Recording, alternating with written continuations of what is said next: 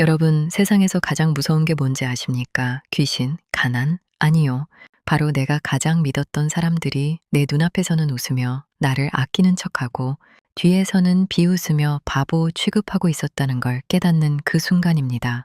15년 동안 주변에서 인꼬부부라는 소리를 귀가 따갑게 들으며 살았던 제가 남편의 낡은 지갑 하나 때문에 내 인생이 거대한 트루먼 쇼였다는 걸 목격하게 된 이야기. 오늘 그 추잡하고도 소름 끼치는 진실을 전부 다 털어놓아 보려고 합니다. 배신당한 영혼이 어떻게 칼을 가는지, 그 끝이 얼마나 시원한지 보여드릴게요.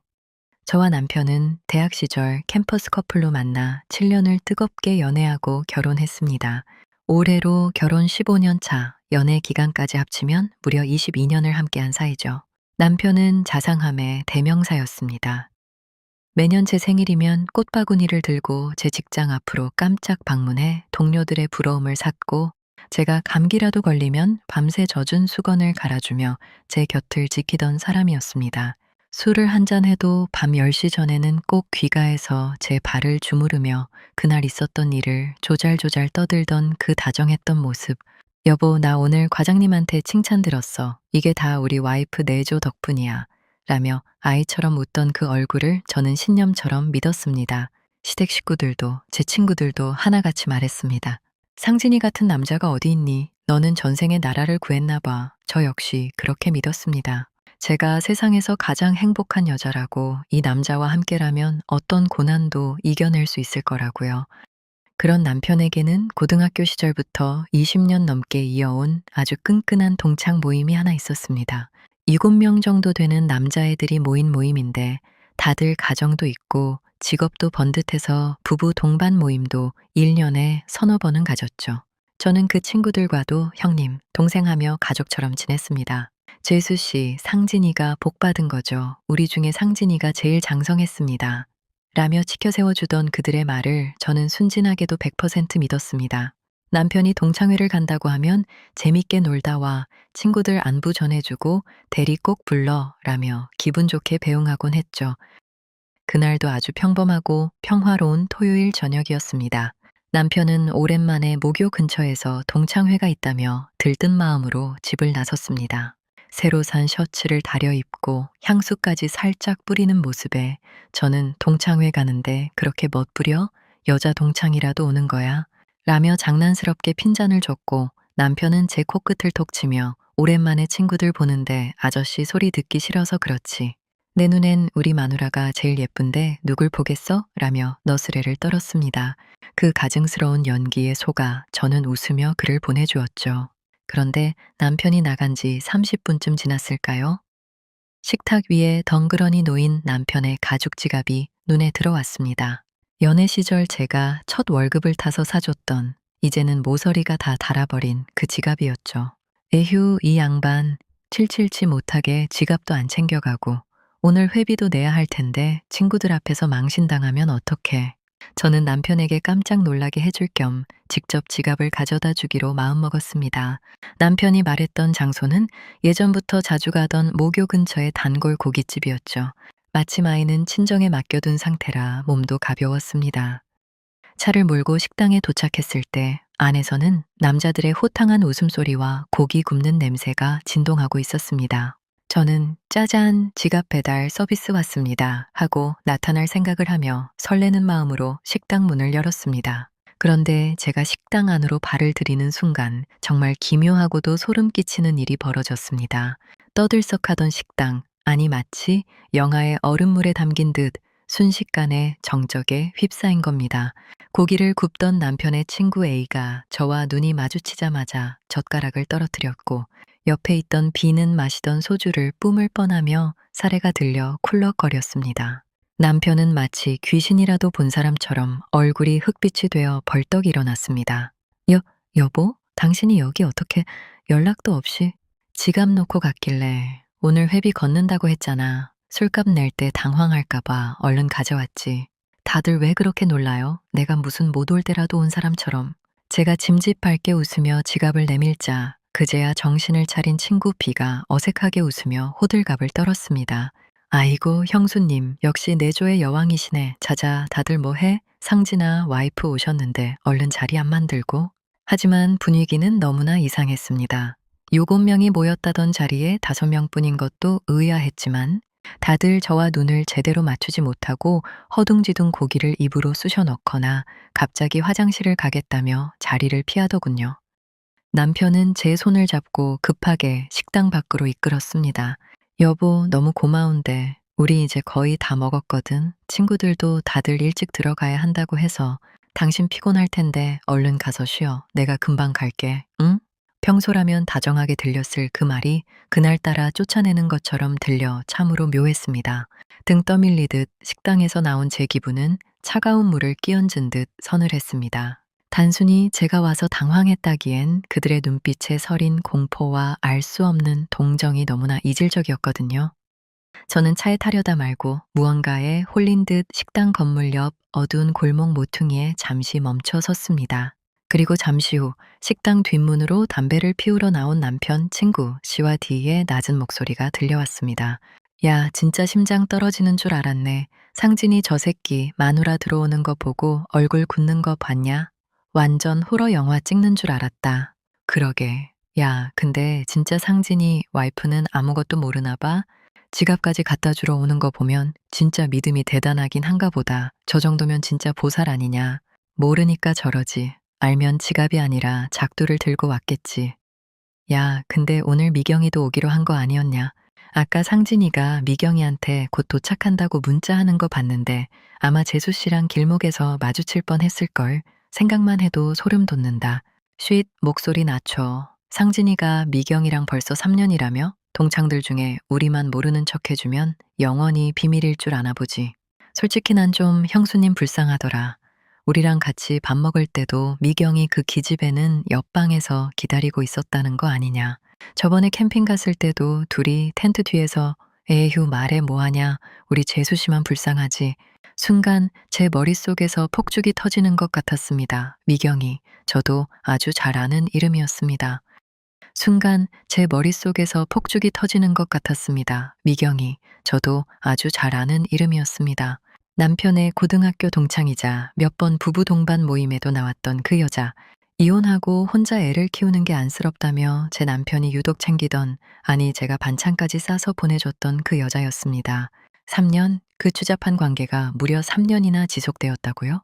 그리고 이 인간들, 가족처럼 지냈던 이 동창놈들이 전부 다 알고도 저를 보며 웃고 떠들었다는 사실에 온몸에 피가 거꾸로 솟았습니다. 22년의 세월이 단 1분 만에 쓰레기통에 처박히는 기분이었습니다. 저는 그 자리에서 소리를 지르며 식당으로 뛰어 들어가고 싶은 걸 죽을 힘을 다해 참았습니다. 손톱이 손바닥을 파고들어 피가 배어나올 정도였죠. 지금 여기서 터트리면 저들끼리 말을 맞추고 증거를 인멸할 게 뻔했습니다. 저는 핸들을 움켜쥐고 집으로 돌아와 어둠 속에서 남편을 기다렸습니다. 거실 불도 켜지 않은 채 베란다 창밖을 보며 생각했습니다. 내 인생이 통째로 농락당했구나. 나만 빼고 온 세상이 나를 비웃고 있었구나. 1시간 뒤 남편은 아무 일도 없었다는 듯 다정한 목소리로 콧노래를 흥얼거리며 들어오더군요. 여보, 아까는 친구들이 너무 취해서 실례를 했네. 자기도 놀랐지? 고마워. 지갑 가져다 줘서 덕분에 잘 계산했어. 역시 우리 마누라밖에 없어. 저는 남편의 그 가증스러운 입술을 보며 세상에서 가장 환한 미소를 지어주었습니다. 아니야, 내가 눈치 없이 끼어든 것 같아서 미안했지. 친구들이랑 즐거웠으면 됐어. 얼른 씻고 자. 다음 날부터 저는 미친년이 되기로 결심했습니다. 하지만 겉으로는 여전히 세상에서 가장 현숙한 아내의 가면을 썼죠. 남편이 잠든 사이 지문으로 핸드폰을 열어 숨겨진 메신저 앱을 찾아냈습니다. 그 안에는 지옥이 펼쳐져 있었습니다. 미경이라는 여자와 나눈 3년간의 기록. 자기야, 오늘도 와이프 몰래 나오느라 고생했어. 그 여자는 자기가 늦게 가도 믿어주니까 너무 편해. 우리 불쌍한 보살님 어떡하니? 동창 애들이 장소도 빌려주고 알리바이도 만들어주니까 우린 진짜 하늘이 도운 인연이야. 우리 다음 주엔 저번에 갔던 그 호텔 갈까? 구역질이 났습니다. 더 소름 끼치는 건 동창 유본명의 단톡방이었습니다.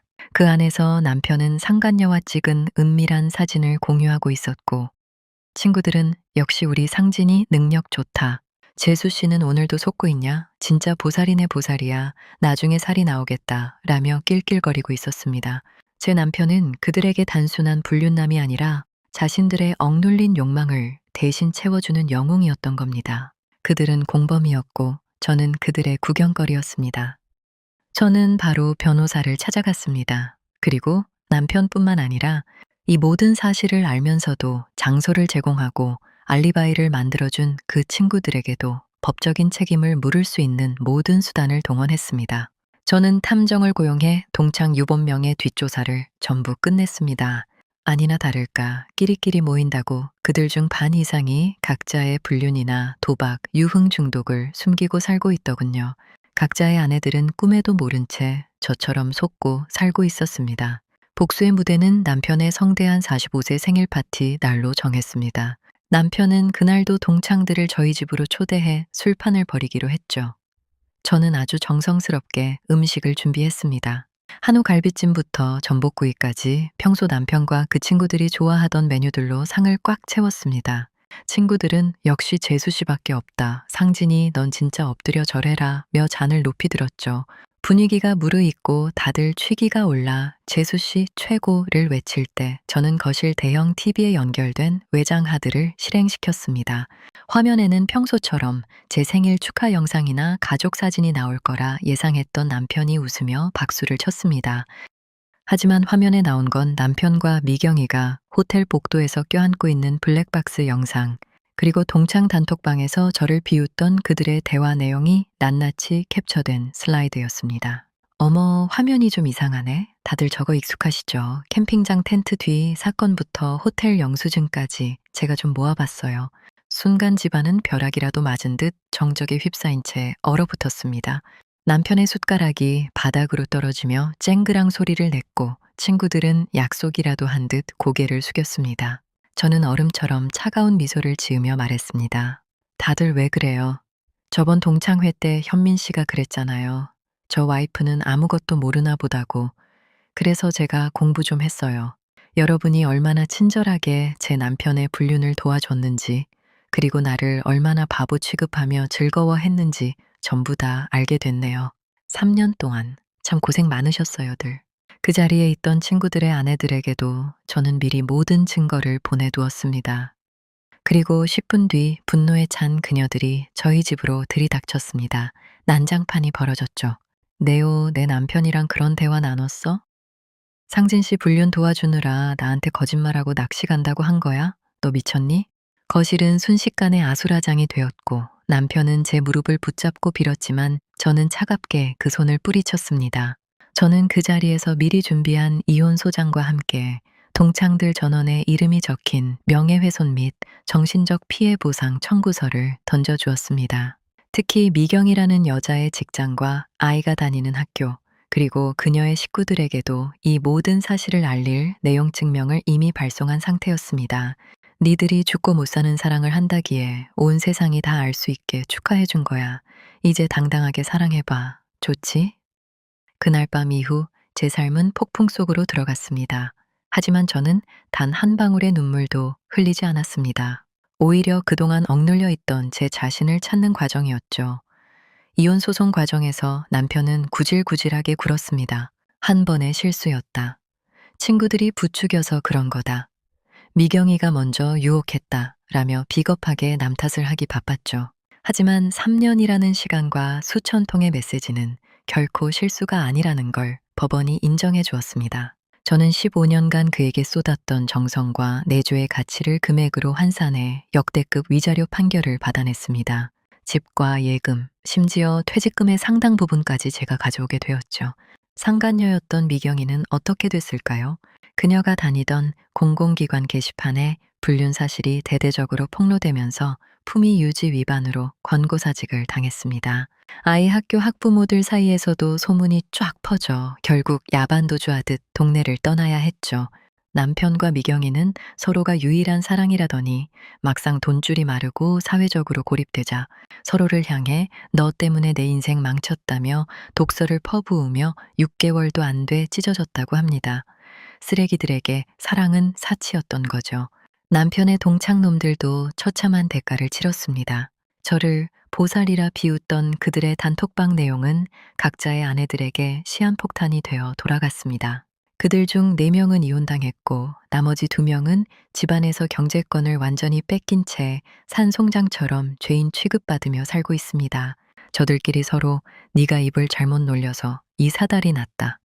네가 단톡방에 사진 올리지만 않았어도 걸리지 않았다며 멱살을 잡고 싸우다가 결국 그 끈끈하다던 20년 우정도 가루가 되어 박살이 났더군요.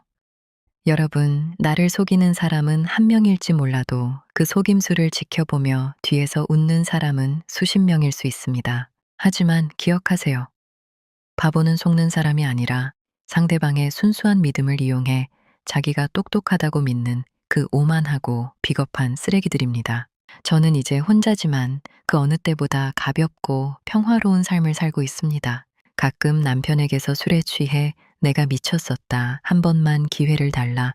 네오 없으니까 인생이 지옥이다. 라는 구질구질한 사과 문자가 오지만 저는 그냥 조용히 차단 버튼을 누릅니다. 죽어가는 나무를 살리려 썩은 물을 주는 것보다 그 나무를 베어내고 제 인생의 빈자리에 새로운 꽃을 심는 게 훨씬 생산적이니까요. 저는 요즘 배우고 싶었던 그림도 배우고 아이와 함께 여행도 다니며 22년 만에 처음으로 나로서 숨을 쉬고 있습니다.